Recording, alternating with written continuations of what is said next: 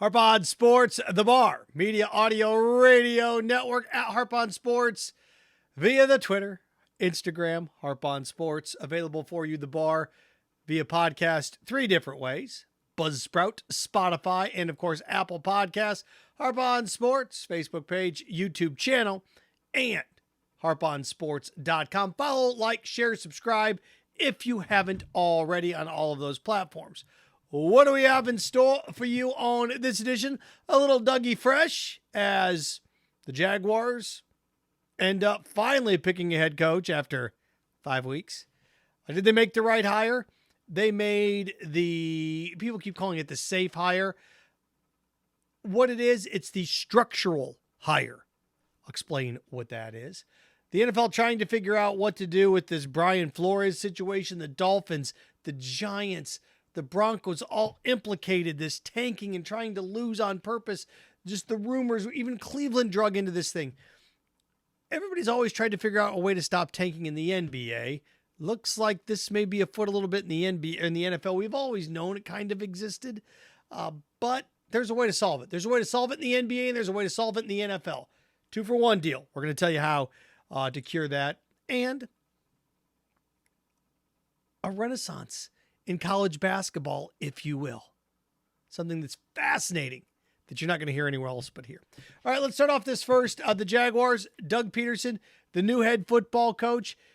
You know, it's been called the safe hire. They interviewed him first. They finally got to where they wanted to go. Well, just because you get to where you want to go doesn't mean you're smart and intelligent, right? The Jaguars are Kramer from Seinfeld, is who they are. There's a whole episode with Kramer and Seinfeld where he goes to a fantasy camp and George talks to Jerry about his whole life as a fantasy camp. Whole life is a fantasy camp. Falls backwards into money. Has sex without dating. That's fantasy camp. Sits around, does nothing all day.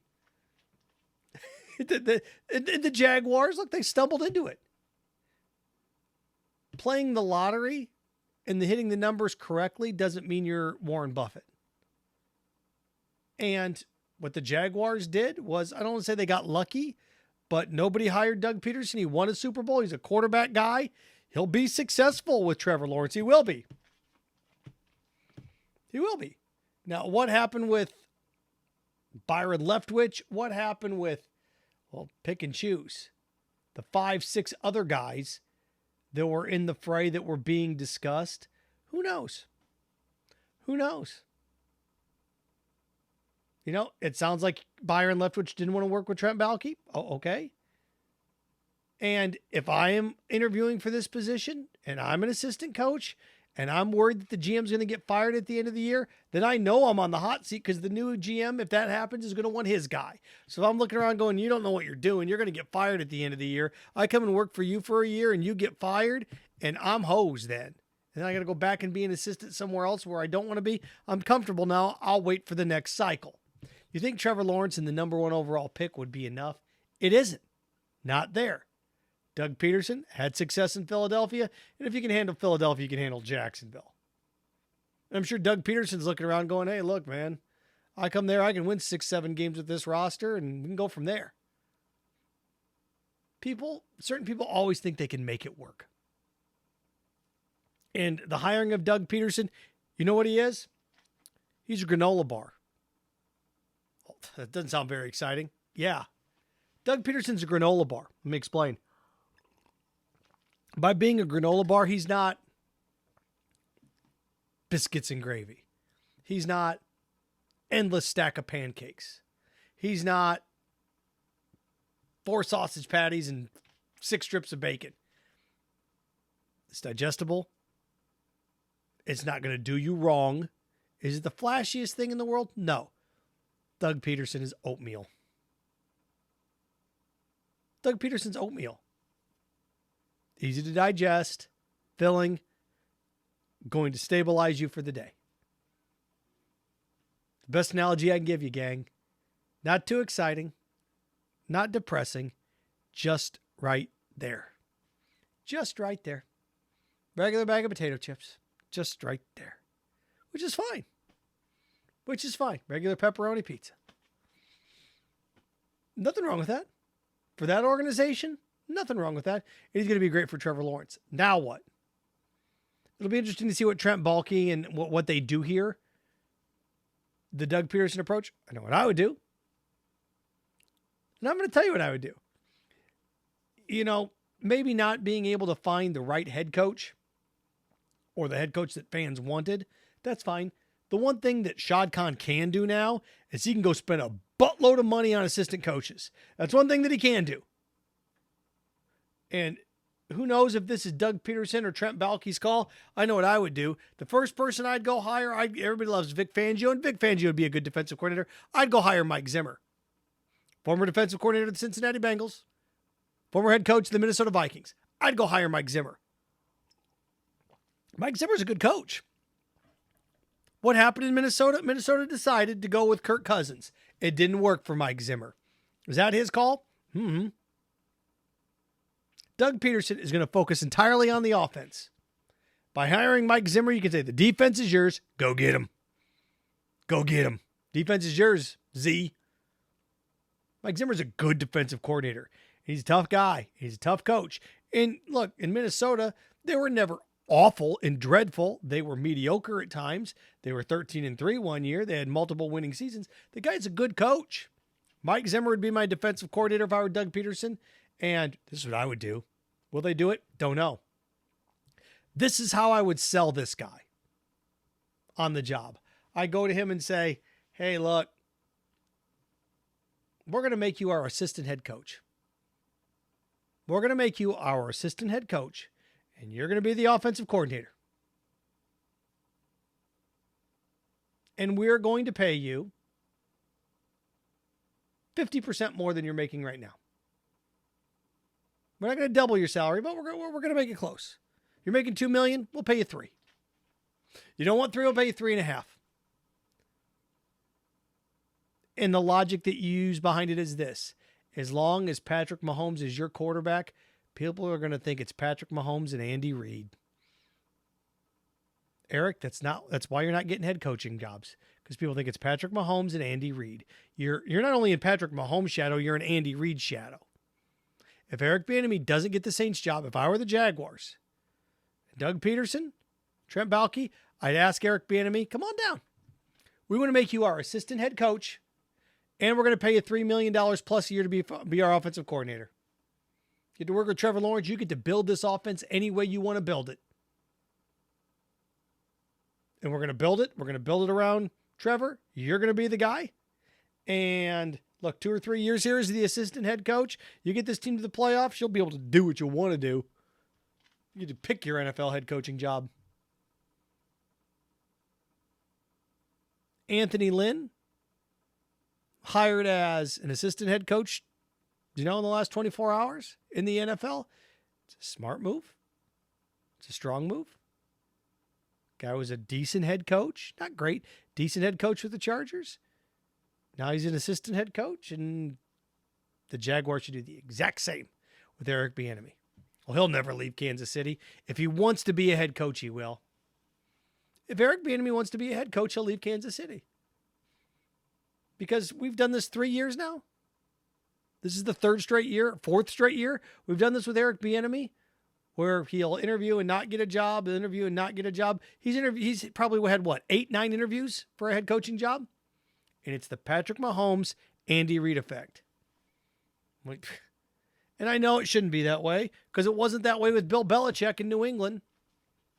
It wasn't. Josh McDaniels just got hired, didn't he? In Vegas. Before then, Matt Patricia, for crying out loud, got hired. Brian Flores got hired. Going to get to that in a second. So it shouldn't be that way. But Mike Zimmer, Eric Bieniemy, I'd almost double Bieniemy's salary, make him assistant head coach. Give Trevor Lawrence, go get him. You do this here, pick what head coach job you want in 2-3 years. That's what I would do. You just had a decent year next year offensively. You'd be like, oh, okay, he knows what he's doing. It's not just Patrick Mahomes. Not going to be able to get out of Patrick Mahomes' shadow or Andy Reid's. So there you go. That's what I do if I were the Jags. Oh, by the way, you have to draft Evan Neal, or you have to draft an offensive lineman number 1 overall. You do. Unless somehow you can go trade for one and put him at left tackle, you have to get at least one offensive lineman in the first 2 rounds of this draft. And if you're serious about protecting Trevor Lawrence, you have to do that. Now, look, if Orlando Brown hits the open market from the Chiefs, he had a good year. He struggled against the Bengals in the second half, but that dude had a good year. I doubt the Chiefs make him available, but go get him if he is. If not, there's a couple other guys out there, but I draft the best offensive lineman at number 1 and go after that. Getting another strong defensive lineman isn't going to help you with your quarterback. Just not. So we'll see what Doug Pederson does. But overall, the Jaguars are Kramer. Doug Pederson is oatmeal granola bar. Safe, stable. Yeah. It's the structural hire because he'll be able to grow the structure around Trevor Lawrence. Staying in the NFL, but switching gears here a little bit, the Brian Flores situation, with what the Dolphins did, was that racist or not? I think there's 2 different factors here. I think the Giants already knowing who their head coach was going to be before interviewing him, it was a token interview. We know that. So he's got merit there. In Denver, John Elway being drunk or sloshed, I wasn't there, I don't know, disheveled. He said he took a red eye or he's exhausted from a flight. Don't know. Going to have to look into more about that. Although the Dolphins thing, Brian Flores, he'd come out and said with Miami that they wanted him to tank. This is a different issue.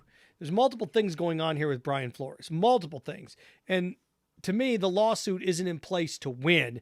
The lawsuit is in place to bring the house down. What's the line Michael Caine gives Christian Bale in The Dark Knight? Some people don't need a reason. Some people just want to see the world burn. And to me, Brian Flores, burning the NFL. Burning the NFL.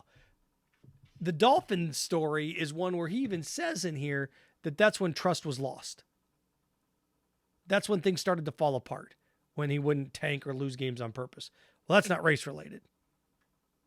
That's felony related. That's criminal related. So, racism, Dolphin, whatever mess is going on there. Hugh Jackson chimes in that the Browns wanted him to lose on purpose. So you got this mess and tanking rolls back into place, right? Doug Pederson. Were they tanking in Philly when he benched Jalen Hurts? Or took Jalen Hurts out. So I start to think about this. And the NFL and the NBA are in the same boat.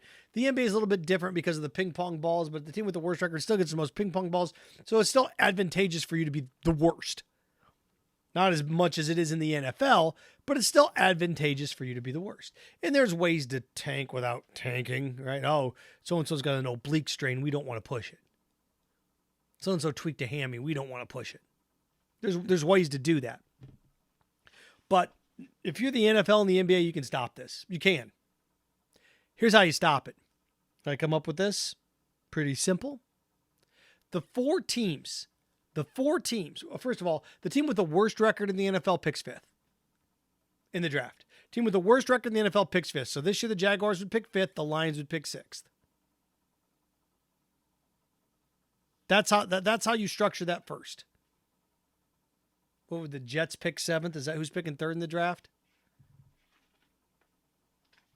Texans. Yeah, there you go. So the Jaguars would pick 5th. 6th be our friends in Detroit. 7th would be the Texans. 8th would be the Jets. 9th would be the Giants. Well, who's going to pick in the top 4? The 4 teams that came the closest to making the playoffs. So it would be what this year? And again, you have to look at it from this perspective. I'll explain why. The Saints, the Chargers, the Eagles, and the Ravens. Those would be the first 4 picks in the draft because those are the 4 teams that almost made the playoffs. You incentivize almost getting there. And if you make the playoffs, you make the playoffs. If you lose, well, Seth, that's going to lead to teams tanking because they're going to want the number 1 overall pick. Aha, here's the thing. Those 4 teams go into a jumble. You're going to make it damn near impossible to get the number 1 pick. You do. And, it's going to incentivize tanking for what? The 5th overall pick down at the bottom? Yeah, Jaguars fans and Jets fans openly rooting for their teams to lose in week 10 last year to get Trevor Lawrence.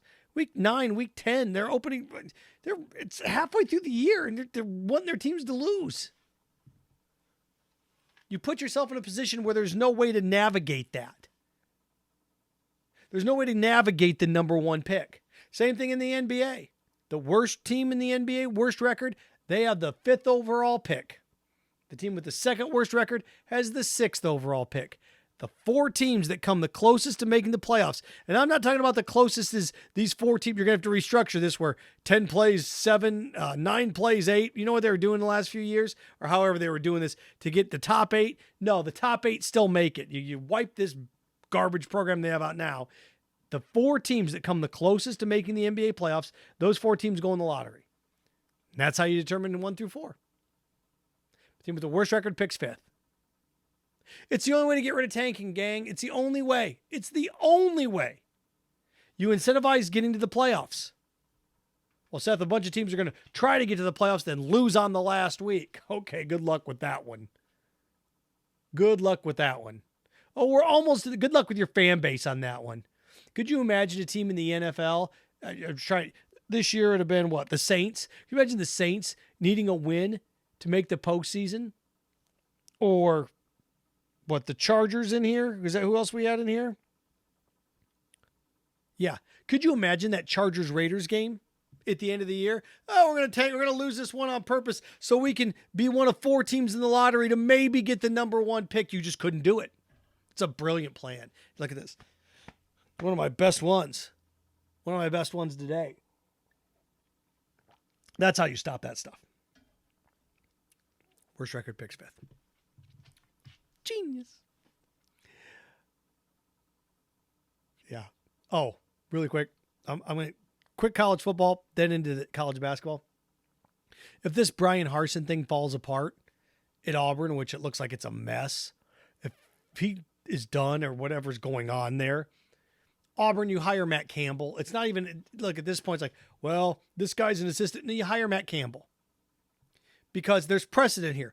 Auburn has gone to Iowa State before for a head coach. It's where they got Gene Chizik from. Now, did it last long term? No.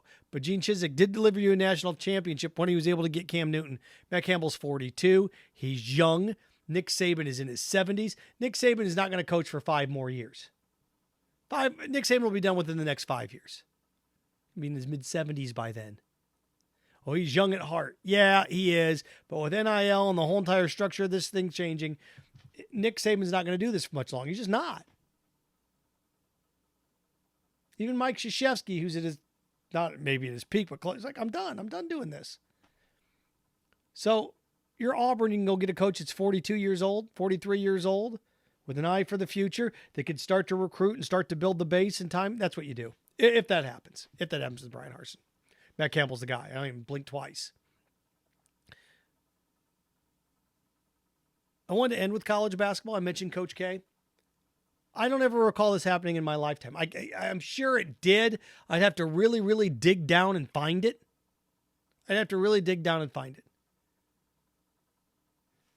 These teams have won the most national championships in the history of college basketball. UCLA 11, Kentucky 8, North Carolina 6, Duke 5, Indiana 5, make sure I get this right, UConn 4, Kansas 3, Villanova 3. Again, UCLA has won the most with 11. Kentucky has won 8. We know those are the top 2. UCLA 11, Kentucky 8. North Carolina 6. Duke and Indiana have each won 5. UConn's won 4. I can't believe you always forget about the Hoosiers winning 5 as well. Isn't it amazing? It's been such a, yeah.